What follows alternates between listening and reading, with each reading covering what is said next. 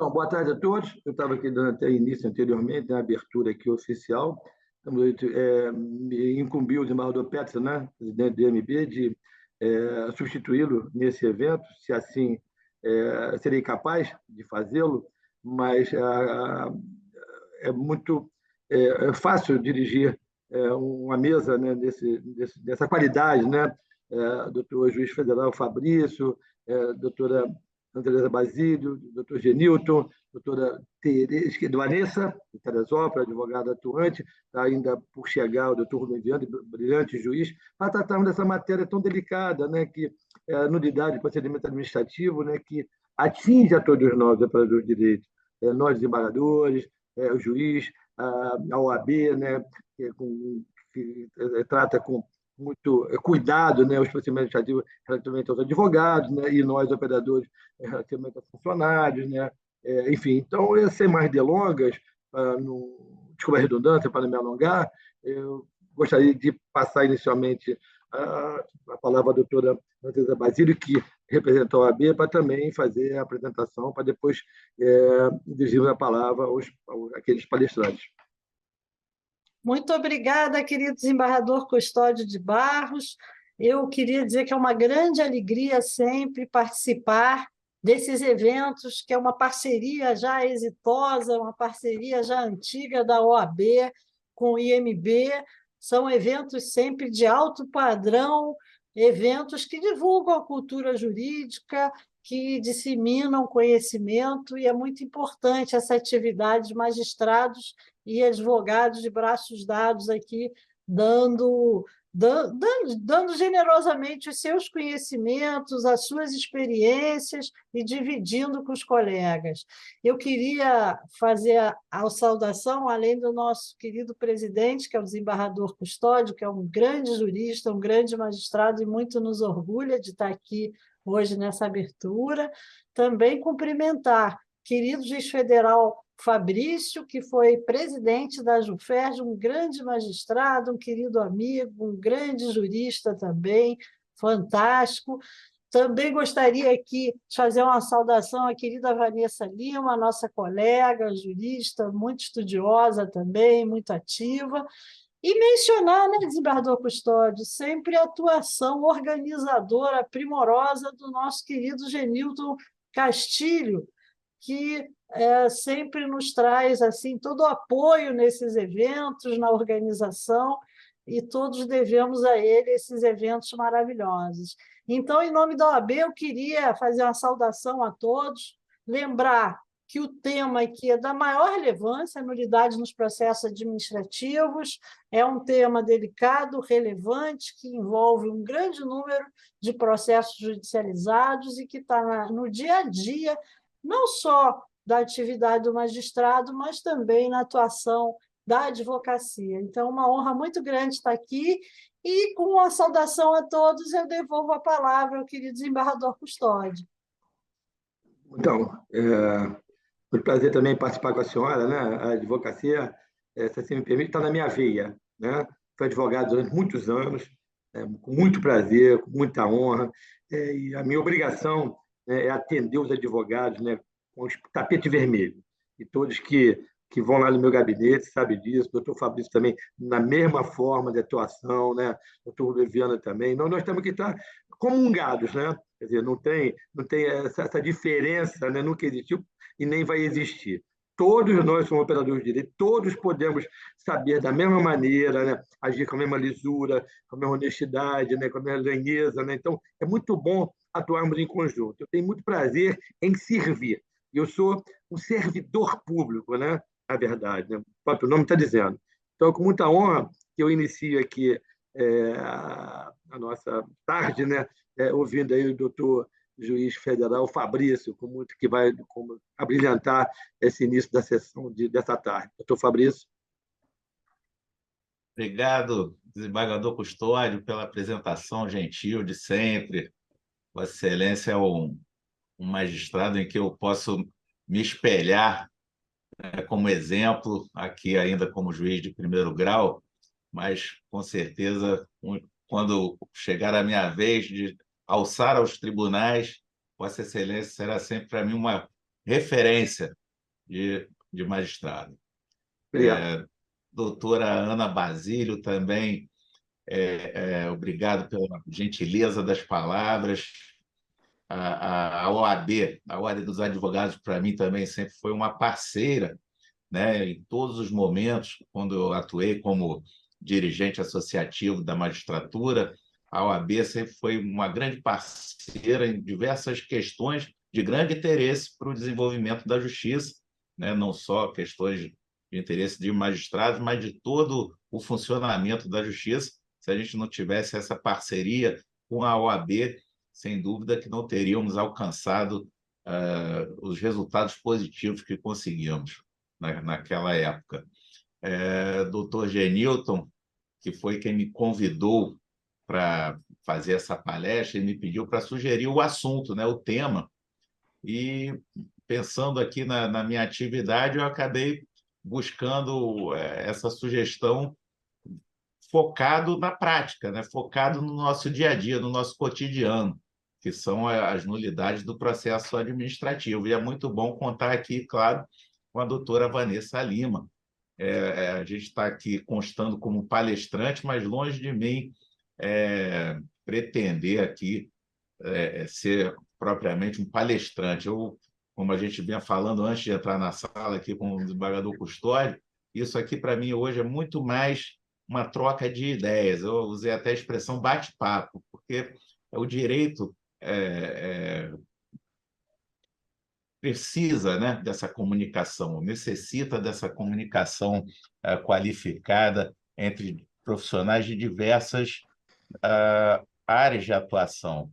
E aqui, para mim, é sempre enriquecedor poder ouvir também os colegas advogados, magistrados do Tribunal de Justiça. Aliás, o Tribunal de Justiça daqui do Rio foi, para mim, uma grande escola, né?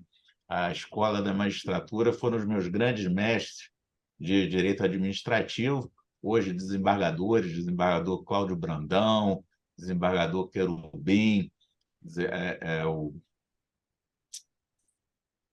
o Cláudio Brandão, o Querubim e o Gessé Torres, desembargador Gessé Torres, grandes mestres do direito administrativo, com os quais certamente alguma coisa eu devo ter assimilado.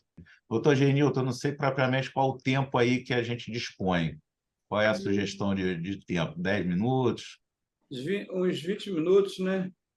Tá bem, tá bom. Então, vou tentar fazer um breve apanhado aqui em 20 minutos, talvez até menos do que isso, para ouvir depois a gente poder ouvir a doutora Vanessa. Bom, por que eu pensei nesse tema das nulidades do processo administrativo? Simplesmente porque é vamos dizer, a grande carga de causas de pedir aqui na Justiça Federal, pelo menos na Vara Cível Federal, onde eu trabalho já há mais de 20 anos, né, na Vara Cível da Justiça Federal, a grande carga de processos que a gente recebe aqui envolve, não vou arriscar um percentual, mas eu posso dizer que a maioria envolve a argumentação sobre nulidade do ato administrativo, né? Geralmente, a parte que busca o socorro aqui da Justiça Federal contra algum ente público, que também são os nossos clientes, entre aspas, né? São os entes públicos, a União, as autarquias federais e as empresas públicas federais, vão, então, as partes sustentar suas teses em argumentações envolvendo nulidades do processo administrativo. O que eu gosto sempre de lembrar, né, é que a nossa Constituição da República, ela, quando trata dos princípios do contraditório e da ampla defesa, ela, no inciso 55, né, do artigo 5º, ela faz uma menção expressa aos processos administrativos. Está lá com todas as letras, vou me permitir ler: aos litigantes em processo judicial ou administrativo, né, processo judicial ou administrativo, e aos acusados em geral, são assegurados o contraditório e ampla defesa, com os meios e recursos a ela inerentes. E desses dois princípios constitucionais, né, assegurados ao processo administrativo, me parece que é possível extrair uma série de consequências para a administração pública, né? E uma das mais importantes dessas consequências, que de plano me vem aqui a necessidade de destacar, é a importância da fundamentação das decisões administrativas, né? A importância da motivação das decisões administrativas. Sim, porque se você tem uma garantia constitucional do contraditório e da ampla defesa, como você poderia exercer essa garantia se não houvesse nos atos administrativos a devida fundamentação, a devida motivação, né? Que a gente vai extrair também lá do caput do artigo 37, quando trata do princípio da publicidade, né? Então, são princípios constitucionais que a gente conjuga e, ao longo do tempo, o direito administrativo foi se desenvolvendo no sentido de que representavam garantias constitucionais para os administrados. Quando a gente estudava antigamente o direito administrativo, era comum escutar que o ato administrativo discricionário, né, o ato administrativo discricionário ficaria isento de controle judicial, não seria possível haver o controle judicial do ato discricionário. Na verdade, qualquer ato administrativo, né, todo ato administrativo é sujeito ao controle jurisdicional. O que fica o questionamento é sobre que aspecto do ato ou sobre que elemento do ato administrativo, né? Sabemos que os elementos do ato administrativo são competência, finalidade, forma, motivo e objeto, né? Seriam esses os elementos. E a discricionariedade, ela pode estar presente ou não. Então, aquela distinção clássica que se fazia, né, ato administrativo vinculado e ato administrativo discricionário, na verdade, ela tem que ser temperada com essas considerações sobre os elementos do ato administrativo. E o elemento aqui que eu estou destacando é exatamente o da motivação. A motivação do ato administrativo como um elemento essencial ao respeito aos princípios constitucionais do contraditório, da ampla defesa e da publicidade, ainda que se trate de ato discricionário. Claro que o nosso direito foi evoluindo, né? Em seguida, tivemos aquela a tese da teoria dos motivos determinantes. Não, o ato discricionário você pode sindicá-lo judicialmente se o administrador declinar dos motivos, né? Se o administrador declinar dos motivos publicamente, aqueles motivos vinculariam o administrador, podendo haver, então, a sindicância, né, sobre... Bem-vindo aí o colega doutor Rubens Viana, ao nosso evento também. Obrigado, doutor Fabrício. Desculpa aí o pequeno... Não, está ótimo. E, prosseguindo, então, o ato administrativo, caso o administrador declinasse dos motivos, aqueles motivos poderiam ser, então, questionados, se eles eram verdadeiros, se eles correspondiam à realidade e se os fundamentos jurídicos eram corretos, eram apropriados sobre aquelas circunstâncias de fato que teriam sido declinadas. Já em 99, a gente pode dizer, para mim, que é um período recente, né?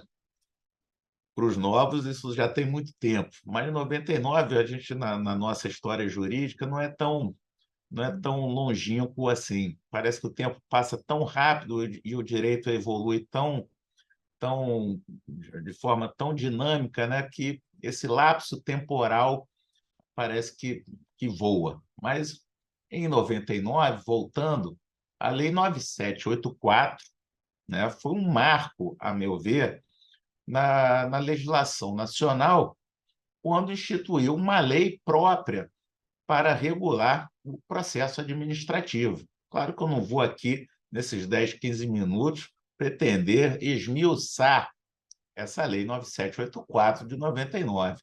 Mas tem um dispositivo específico, um artigo específico da Lei 9784, que eu dou uma especial atenção, que ele me parece realmente aquele artigo da lei que vem para concretizar aqueles princípios constitucionais que eu mencionei lá do artigo 5º, inciso 55, e do caput do artigo 37, que é o artigo 50 da Lei 9784. Né? Por que eu chamo a atenção para o artigo 50? É o que dá a positivação no nosso direito hoje a obrigatoriedade de motivação dos atos administrativos. E vejo aqui o caput, né, do artigo 50, ele não faz qualquer distinção. Ele é muito amplo, né? Os atos administrativos deverão ser motivados. Está com todas as letras, não tem restrição se é o ato administrativo discricionário, se é vinculado, não importa. Os atos administrativos deverão ser motivados, com indicação dos fatos e dos fundamentos jurídicos. Aí, vírgula, quando? Aí, esse quando, ele é seguido de uma série de incisos, né? Vai do 1 ao 8º. A meu ver, e aqui com a devida vênia do nosso legislador, a meu ver, bastaria o inciso 1º. O inciso 1º já abrange todas as situações. O inciso 1º fala o seguinte: todos os atos que neguem, limitem ou afetem direitos ou interesses. Ora, qual seria um ato de relevância para o mundo jurídico que não afete, limite ou negue algum direito ou algum interesse? Bom, se não for um ato dessa natureza, não tem nenhuma importância para o direito, me parece, porque aí depois ele segue que impõe ou agravem deveres. Ora, se impõe ou agrava deveres, ele vai estar limitando algum direito, né? Vai estar repercutindo sobre algum direito. Mas o fato é, então, que existe hoje uma obrigatoriedade legal, não se discute mais, né, sob a luz daqueles debates de motivos determinantes, se tem ou se não tem. Hoje tem uma lei expressa, positivada, determinando que o administrador público fundamente, né, motive os atos por ele praticados, mesmo que seja discricionários, né? Ele tem que explicar a situação de fato, ele tem que explicar a situação de fato, né, com base em que ele registra aquela situação de fato ou reconhece aquela situação de fato e fundamentar, né, juridicamente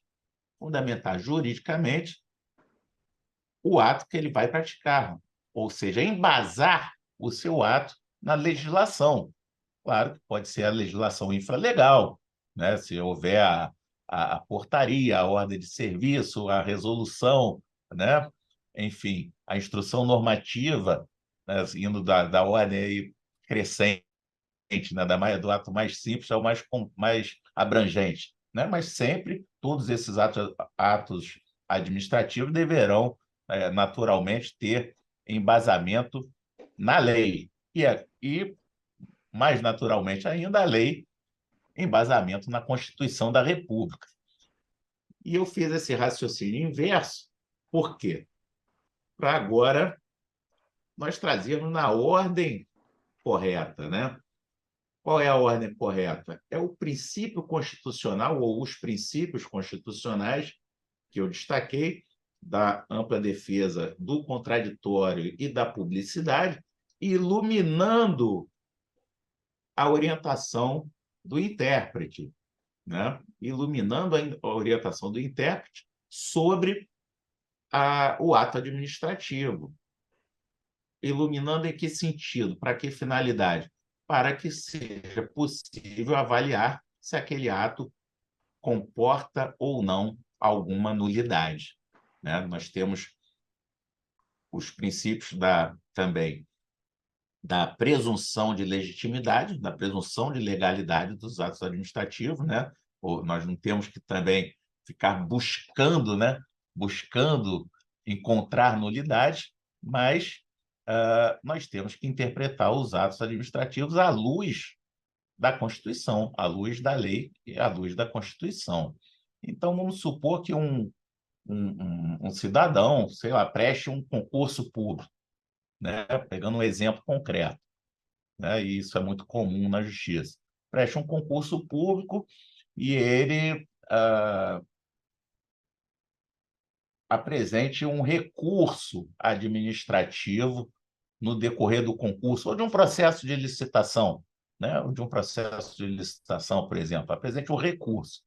À medida que ele apresentou este recurso, ou seja, provocou a administração, exercendo também o seu direito constitucional de petição, que também é um direito constitucional, ele tem o direito constitucional a que aquela petição que ele apresentou seja analisada pelo administrador à luz dessa lei, 9784, desse artigo 50 e dos incisos constitucionais que eu mencionei. Ou seja, aquele clássico indefiro do recurso administrativo não pode mais existir, né? Não pode mais prevalecer no nosso ordenamento jurídico, que é baseado, como eu falei, no contraditório, na ampla defesa e na publicidade.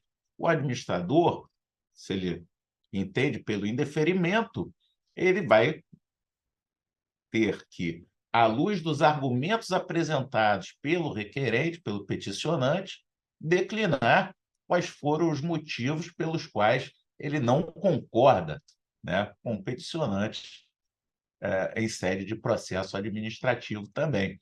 Então, essa que seria, em princípio, e eu vou concluir, para passar a palavra, devolver a palavra ao nosso presidente da mesa, seriam as minhas breves considerações para que possa surgir, então, um debate sobre até mesmo questões práticas, né? Sobre questões práticas na aplicação desses princípios. Claro que não podemos tratar aqui de nenhum processo em andamento, né? Os alunos, ou os advogados, ou os colegas que estão aqui sabem muito bem disso, que não podemos abordar casos verídicos em andamento, mas, em tese, podemos pensar o direito dessa forma, né? Como esses princípios constitucionais e hoje legais, por que hoje é tão importante, por que são tão importantes hoje para o processo administrativo e por que, então, essa questão das nulidades merece um tratamento diferente, podemos dizer, na atualidade, do que acontecia há algumas décadas atrás, né, no nosso direito administrativo. É assim que eu concluo, mais uma vez, agradecendo a oportunidade e o convite de todos e espero que a gente possa, então, também ter alguns debates, algumas perguntas aí para responder e ouvir também com o maior prazer a doutora Vanessa e o doutor Rubens. Muito obrigado. Bom, doutor Rubens, boa tarde. Já havia elogiado o senhor antes de eu chegar. O elogio ele é infindável, né?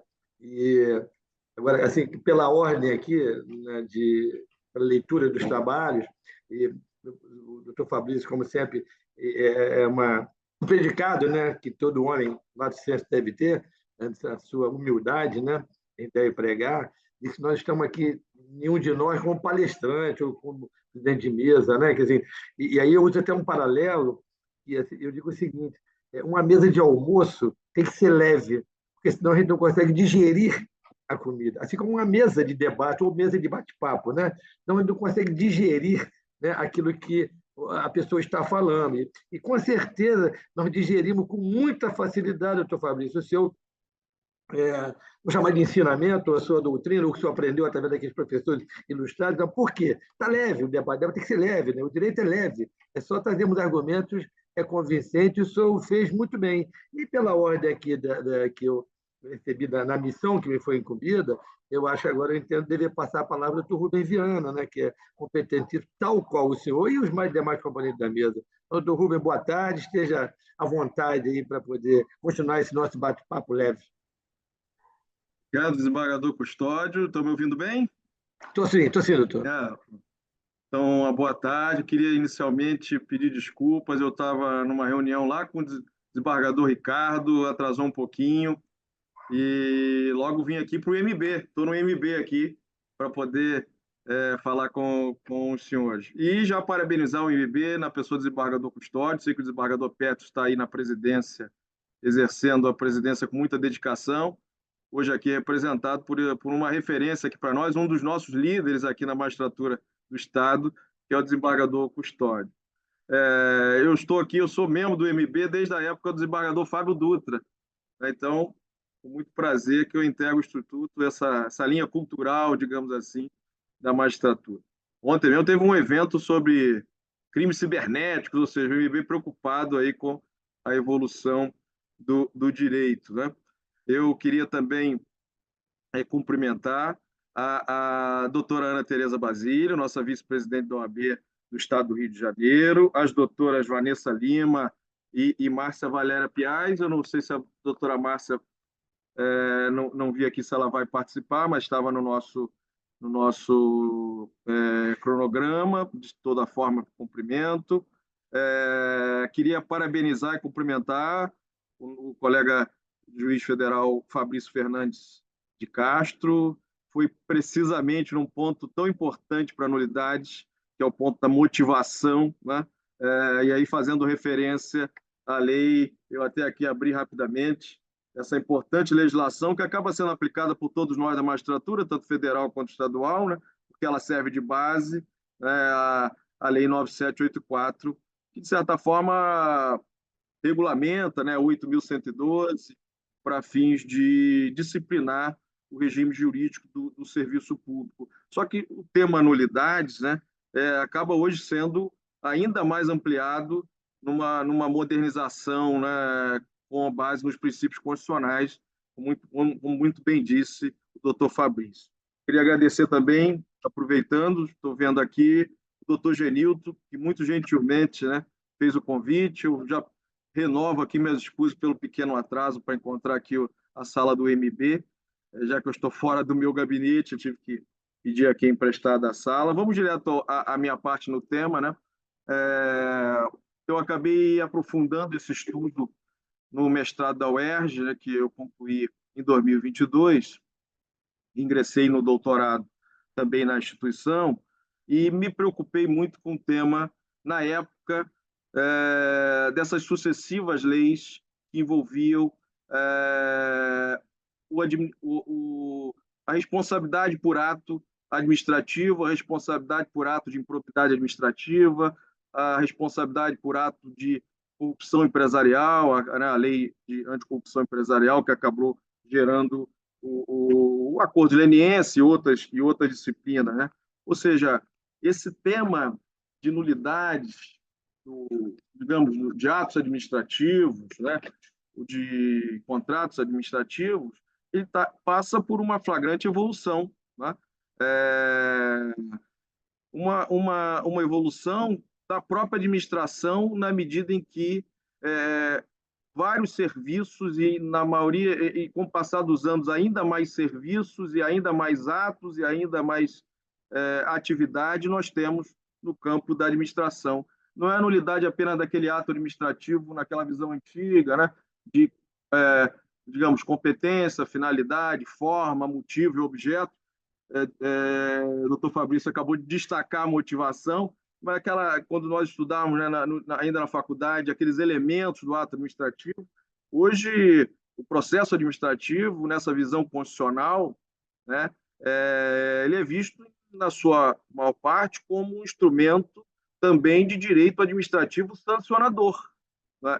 Sendo de direito administrativo sancionador, ou seja, se eu tenho um procedimento em que, ao final, serão aplicadas sanções ao indivíduo, ou podem ser aplicadas sanções ao indivíduo, ou podem ser limitados direitos, como o doutor Fabrício falou muito bem, ser criados direitos, aí eu falo tanto do servidor público, como do cidadão que está sendo lá fiscalizado numa obra que está conduzindo, ou do contratante que participa de um procedimento de licitação, ou do candidato que faz sua inscrição no concurso público e, de certa forma, se vincula à administração e a regras de administração.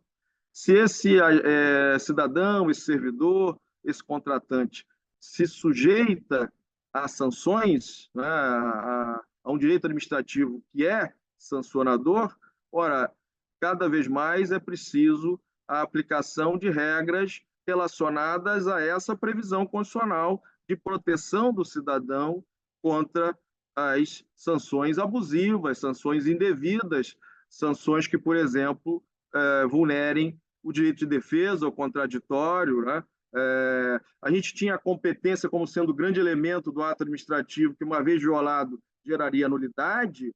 Isso hoje é uma verdade, mas hoje isso se amplia para, por exemplo, nós avaliarmos se uma sanção é proporcional, né, ao fato praticado, se uma sanção não está sendo duplicada em relação ao fato já sancionado por outra esfera de responsabilidade, né?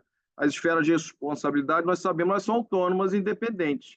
Uma vontade do Estado de ampliar a competência de órgãos fiscalizadores. Então, o mesmo fato está submetido ao Tribunal de Contas, por exemplo, ao Poder Legislativo, ao Judiciário, a uma sanção do próprio Poder Executivo, digamos, da CGU, ou de uma controladoria. Todos esses agentes podem aplicar suas autonomias, sanções em face daquele mesmo fato, daquele mesmo cidadão, daquele mesmo contrato administrativo. Ou seja, não é necessário se verificar uma proporcionalidade ou um bis in idem em algumas situações. O indivíduo já fez uma reparação, essa reparação não tem que ser visualizada, examinada em outras esferas de responsabilidade, né? Eu sustentei meu livro de acordos de não persecução civil, essa transversalidade, a necessidade, primeiro, de uma segurança jurídica, né? Se nós estamos num devido processo legal no qual nós vamos ser submetidos a sanções, é preciso se avaliar a segurança jurídica, o cidadão, o contratante, o fiscalizado lá numa obra ou num possível dano ambiental, ele tem que ter acesso ao processo, o processo tem que ser público, o denunciante não pode ser um dos integrantes da comissão que vai gerar o processo administrativo sancionador, né?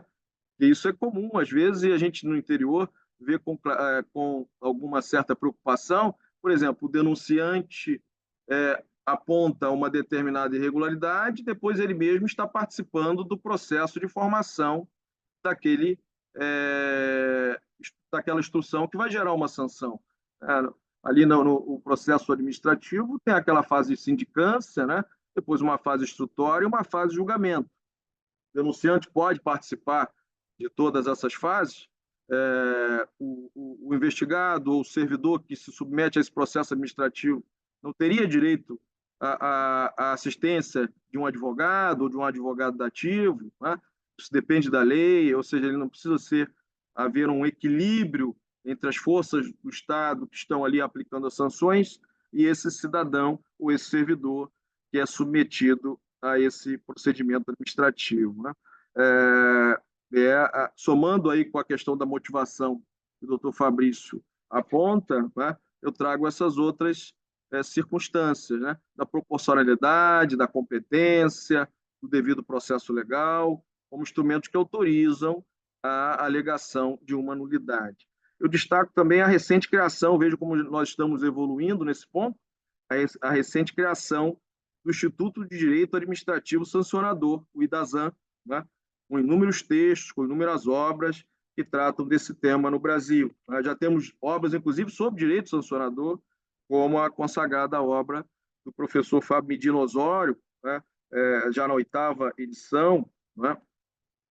E o direito sancionador, hoje aplicado em diversas legislações, não só na 8.112, não só na legislação do processo administrativo, né, a 9784, mas nós temos a lei de improbidade administrativa, a lei do Bacen, a lei 12.846, que envolve, inclusive, o acordo de leniência e a corrupção empresarial, todas leis que concedem a um agente público, não ao Poder Judiciário, o procedimento para aplicar sanções, né?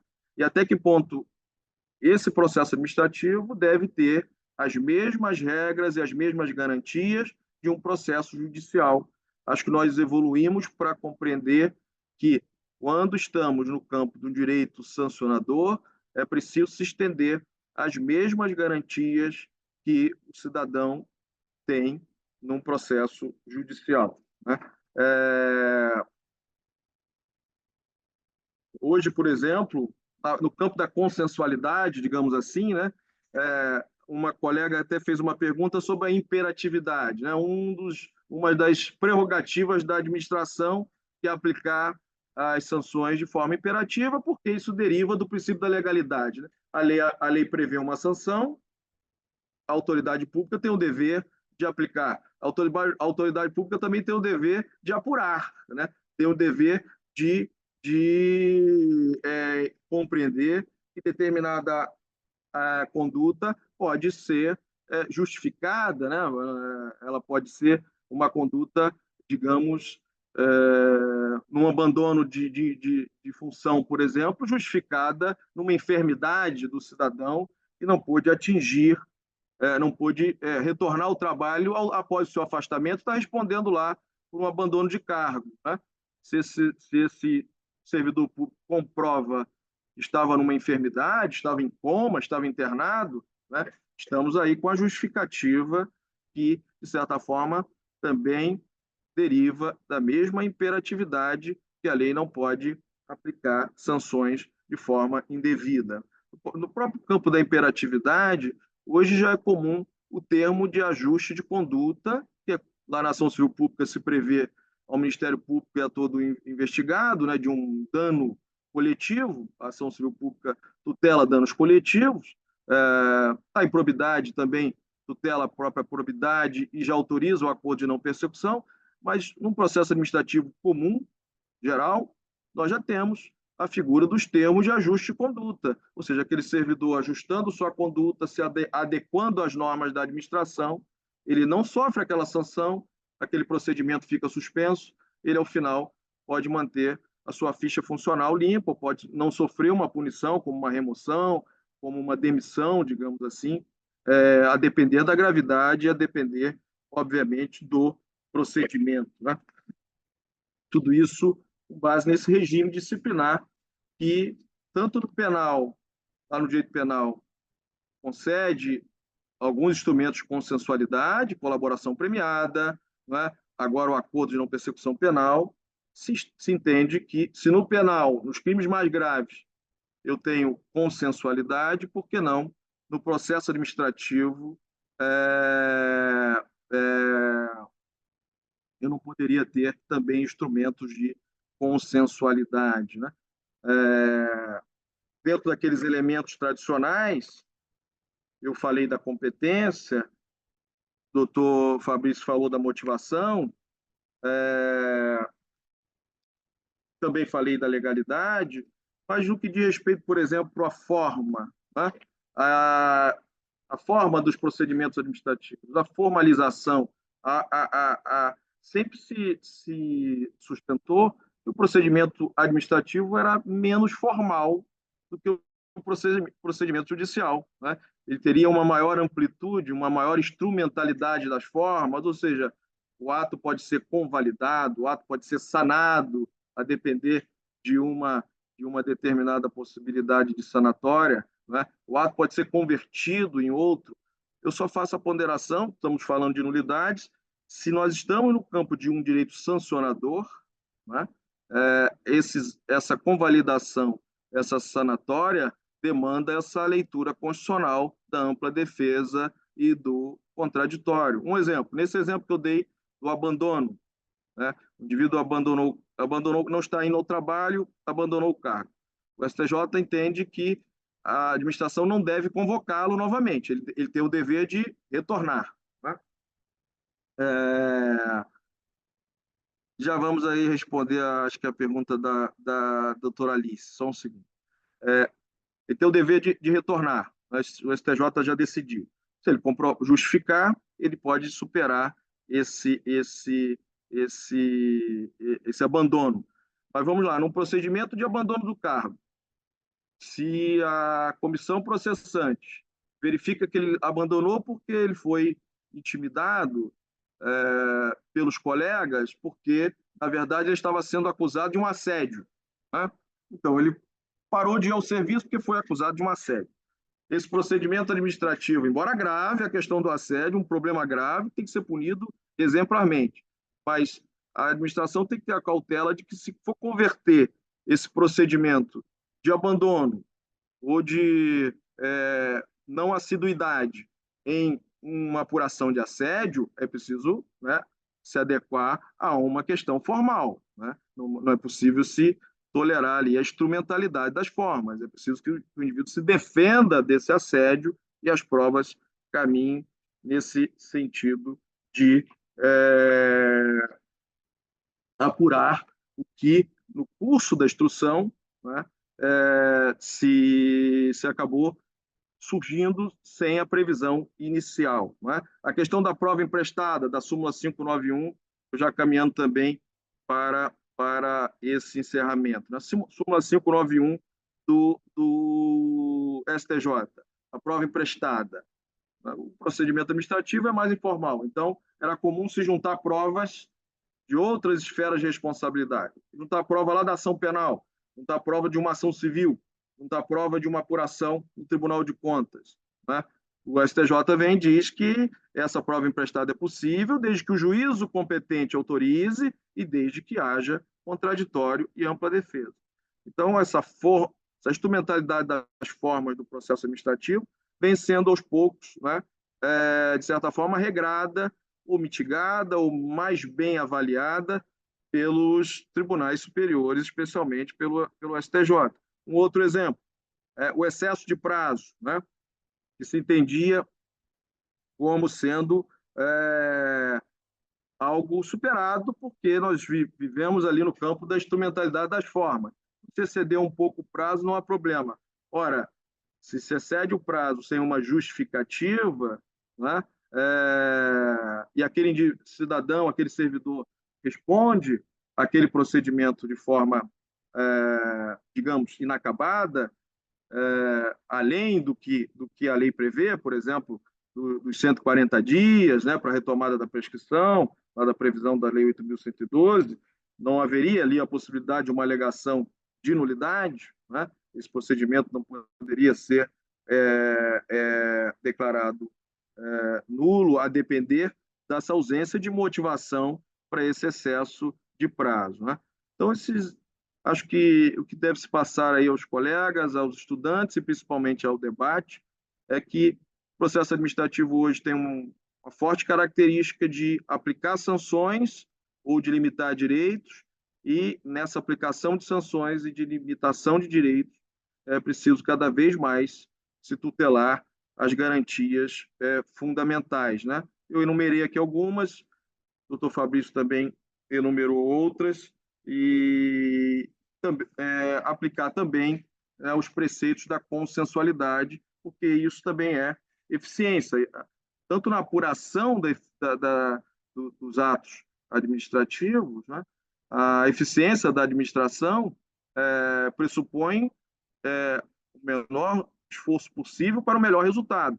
Se eu posso, por exemplo, num ato de consenso, já ajustar uma conduta, já aplicar uma multa e já colocar aquele setor, aquele servidor em uma conduta adequada, acho que todos os administrados ganham, o próprio Estado ganha e o próprio cidadão fica com a punição, com aquela tutela preventiva, né, de que ele não pode reiterar condutas porque ele já responde adequadamente a um procedimento administrativo, né? Essas são aí as minhas considerações iniciais, desembargador Custódio, espero não ter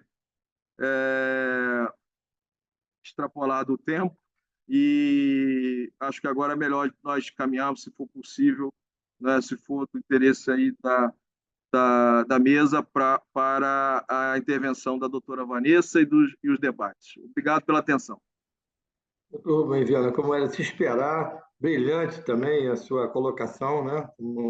Não poderia deixar de acontecer, e só brilhantou ainda mais a nossa tarde aí, leve, né? De um bate-papo jurídico com bastante eficiência, bastante sabedoria, né? Muito obrigado.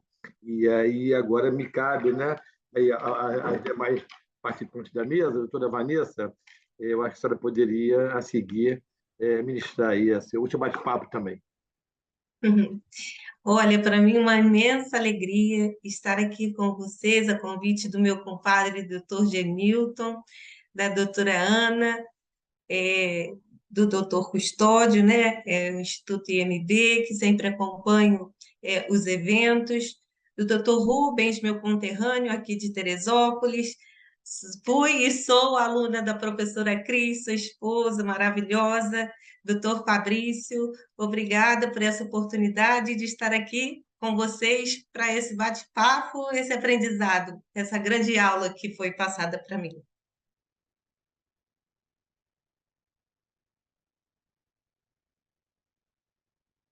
Doutor Genilton? Opa! Então, a doutora Piaz, a presidente da subseção de Três Rios, ela está tentando entrar desde cedo, mas ela está com dificuldade. Eu não sei se ela está aí. Mas a doutora Ana Tereza, acho que ela tem algo a falar também, né, doutora? E eu queria lembrá-los, viu? O doutor Rubens, queria que o doutor Rubens falasse sobre o livro que ele vai lançar agora, dia 13, e nós estaremos aí para prestigiá-lo também, né? Vai ser uma grande valia para a gente. Obrigado aí, doutor Genilton, pela referência. Inclusive, o meu pequeno atraso foi porque eu estava na presidência, junto com os dois colegas que também vão lançar os livros, contemporâneos da UERJ, né? 3 juízos, eu, Daniel Viana e o Rafael Estrela. Nós fizemos mestrado e doutorado juntos na UERJ, cada um fez uma obra, e aí conseguimos na presidência a autorização, né? Seria na associação, depois a presidência disponibilizou. No dia 12, na verdade, terça-feira, vamos fazer o lançamento, estávamos lá para ajustar com o presidente, fazer uma fotografia, já que ele está com vários eventos aí, pelo Colar do Mérito amanhã, por eventos aí do tribunal, né? Então nós tivemos que aguardar o retorno dele. O meu livro eu acabei citando em parte, né? Eu estudei um pouco dessa questão da improbidade administrativa, é sobre acordo de não persecução civil, ou seja, eu sustento a primazia do consenso na improbidade, eu sustento também segurança jurídica no acordo, porque achei que faltavam ali elementos de segurança jurídica, e eu sustento a necessidade de uma transversalidade, ou seja, uma vez feito o acordo, ele tem que ser observado nas suas condições, nos seus elementos, em outras esferas de responsabilidade. Acabei declinando por alto isso na minha fala, né? Se o cidadão, exatamente por essa complexidade que temos no Brasil, de múltiplas responsabilidades, é preciso uma proporcionalidade, né? Em cada uma das esferas de responsabilidade, já que elas são autônomas, uma vez sancionado um cidadão, uma empresa, por exemplo, na lei de anticorrupção, aqui na improbidade essa sanção tem que ser proporcional, porque ele já foi sancionado na lei de anticorrupção lá perante o CAD ou perante a CGU. Mas se ele respondeu a um processo criminal, já sofreu uma sanção pelos mesmos fatos, aqui na improbidade, ele respondendo a uma improbidade, tem que se observar uma proporcionalidade para não ocorrer um abuso, digamos, de sanções, uma duplicidade de sanções ou uma desproporcionalidade de sanções. É o que eu sustento no livro, né? E agradeço ao senhor a possibilidade da referência. Muito obrigado. Doutor Rubens, Ana, só uma curiosidade. Os três vão lançar o livro no mesmo dia? Exatamente, dia 12. Com certeza estaremos lá. E Vossa Excelência, com certeza, conseguiu cativar o Rafael e o Daniel Jânio de participar, né, talvez um Comes Bebe, né, para poder abrilhantar mais ainda o evento, né, porque é difícil tirar do Rafael e o Daniel, hein? Não, mas conseguimos, resolvemos tudo hoje. Por isso que eu tive esse pequeno atraso. Obrigado. Nós estaremos lá. Eu tenho sessão dia 12, mas com certeza gosto muito de vocês três, brilhantes, sabe? Daniel é um menino exemplar, Rafael também, e o senhor também. Parabéns, viu? Estaremos lá com certeza para participar desse evento. Eu agradeço muito. Então, presidente. Quer dirigir? Dirige aí, senhor. Pode dirigir, eu delego ao senhor. Oi? Eu delego ao senhor a direção, pode dirigir. Não. Eu só quero Não, com certeza. devolver a palavra. A doutora Vanessa tem mais alguma coisa a falar? Tem, doutora? Acho que não. Acho que ela falou. A doutora Ana Tereza. Doutora Ana Tereza, não sei se ela está nos ouvindo. Não, acho que ela saiu. Bom,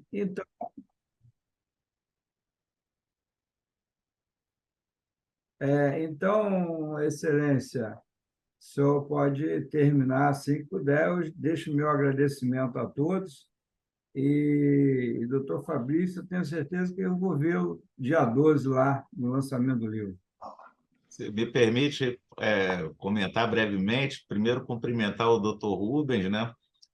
Não só pela palestra, mas pelo lançamento do livro, que muito me interessa, sim, até porque esse tema tem sido recorrente aqui na Justiça Federal, tem participado de alguns julgamentos, aqui também no segundo grau, como convocado, sobre essa sobreposição das instâncias, sobre os efeitos das decisões no processo penal, sobre a ação de improbidade administrativa, e já foram alguns julgamentos que nós tivemos aqui no Tribunal Regional Federal. Claro que eu não vou poder aqui comentar no mérito, mas com certeza será uma obra que vai contribuir muito aí para o nosso direito administrativo brasileiro, e faço questão, sim, de prestigiar. Agora, no dia 12 de dezembro, agora? 12 de dezembro aqui no Tribunal de Justiça. Obrigado, Maravilha. É aqui pertinho. Fabrício. Obrigado. Vou dar um pulinho aí, poxa. Obrigado. Parabéns. Então, me cabe, assim, infelizmente, encerrar. Muito agradável, né, esse bate-papo. Poxa vida, o Fabrício conheço há muitos anos, o Viana também competentíssimo, né? Quer dizer, nós estamos aí todos de parabéns, porque trabalhar para mim é uma alegria, né? Para vocês também, com certeza, né? Eu não canso de trabalhar. Meu pai me ensinou a fazer, ainda mais nós, né? Como servidores públicos, nós temos o dever de fazer uma prestação de serviço, né? Que possa satisfazer aquele que mais precisa, né? As pessoas são muito carentes, né, no Brasil, e essa questão o que me preocupa muito nós como julgadores lá, essa lei da improbidade administrativa, né? Quer dizer, ela realmente e o que mais me preocupa é a demora, né? Quer dizer, a gente vê lá procedimento lei, alguém respondendo uma ação civil em razão de procedimento administrativo 20 anos depois, e nulidade que foi encaminhando, né, por falta de acompanhamento de advogado, né? Porque a pessoa fica ali, quem está respondendo, fica, quer dizer, quase sem defesa. Isso era uma norma, né? Uma regra que hoje realmente está se acabando, né, com isso, né? Porque defesa é fundamental constitucional, né? Então, e vocês dois falaram com toda a leveza, né, esse argumento. Me sinto honrado de ter participado e ter aprendido. A aprendizagem de nós é todos os dias, né? Eu costumo dizer que aprendemos sempre, a toda hora, a todo momento. Fiquei muito envaidecido com o convite do perto de substituí-lo, e mais ainda de presidir, que a gente acha, porque não preside, participa, né? Muito obrigado a todos, e sucesso para todos nós.